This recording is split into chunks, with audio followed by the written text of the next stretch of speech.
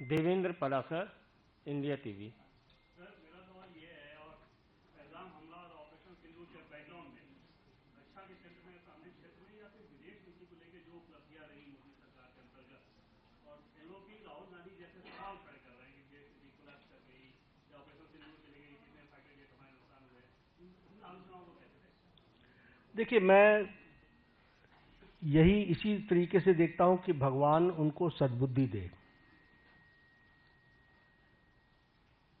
क्योंकि उनका उद्देश्य कम से कम समझना बड़ा मुश्किल है।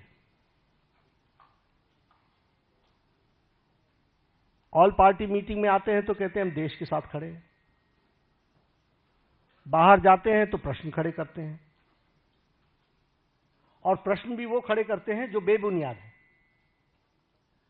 इसलिए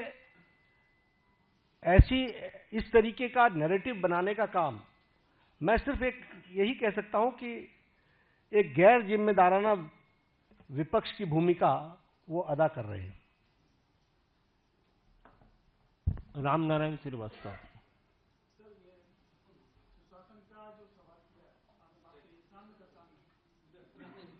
हाँ, रामनारायण।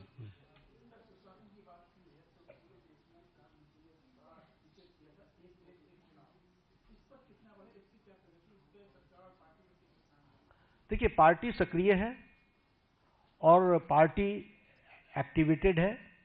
जनता में जनमानस बने, इसके बारे में चर्चा हो, ये पीपल्स मूवमेंट भी बने और इनैक्टमेंट भी हो, हम कमिटेड हैं। नीरज पांडे।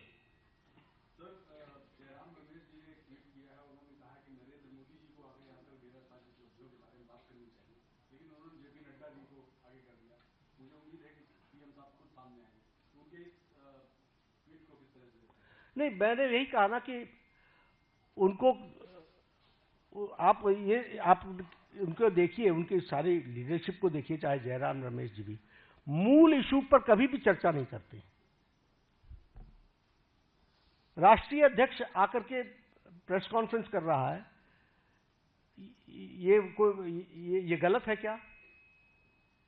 सरकार के 11 साल पूरे हो रहे हैं और 11 साल पूरे होने पर पार्टी का जिस पार्टी का नेतृत्व है उसका अगर राष्ट्रीय अध्यक्ष एड्रेस करता है तो प्रॉब्लम क्या है?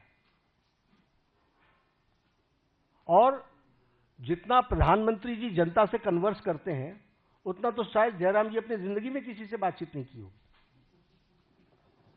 Akhilesh Singh, times of India. चुनाव आयोग के बारे में भी सवाल बार-बार उठाया जा रहा है, उसके बारे में सब नहीं, देखिए, मैंने फिर कहा कि शब्द ही गैर जिम्मेदाराना है। आप हिमाचल जीत लेते हो, कर्नाटक जीत लेते हो, तब आपको कोई तकलीफ नहीं होती। आप जब चुनाव हार जाते हो तो ये तो बचपन में सुना था ना कि जब जीतने लगो तो हम बहुत अच्छे क्रिकेटर और हारने लगो तो अंपायर गलत है। तो ये कोई तरीका थोड़ी ना है, सोचने का भी कोई तरीका नहीं है। और मैं सच बताता हूं, I am very serious about it.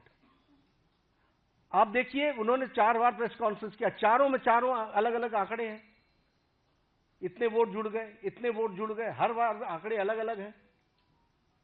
तो जो इतने कैजुअल अप्रोच के साथ इतनी बड़ी संस्था को अटैक करते हो, कांग्रेस पार्टी को सोचना चाहिए कि उनका नेतृत्व कैसा है, क्या कर रहा है, क्या सोच रहा है, उसके बारे में वो सोचे। बिल्कुल जुड़ा हुआ नाम है। तो मैं तो इतना ही कहूंगा कि मैं ऑपोजिशन में रहा हूं। ऑपोजिशन को किस तरीके से सरकार में आना होता है, इसके तरीके अलग होते हैं। Akhilesh Sharma, India NDTV.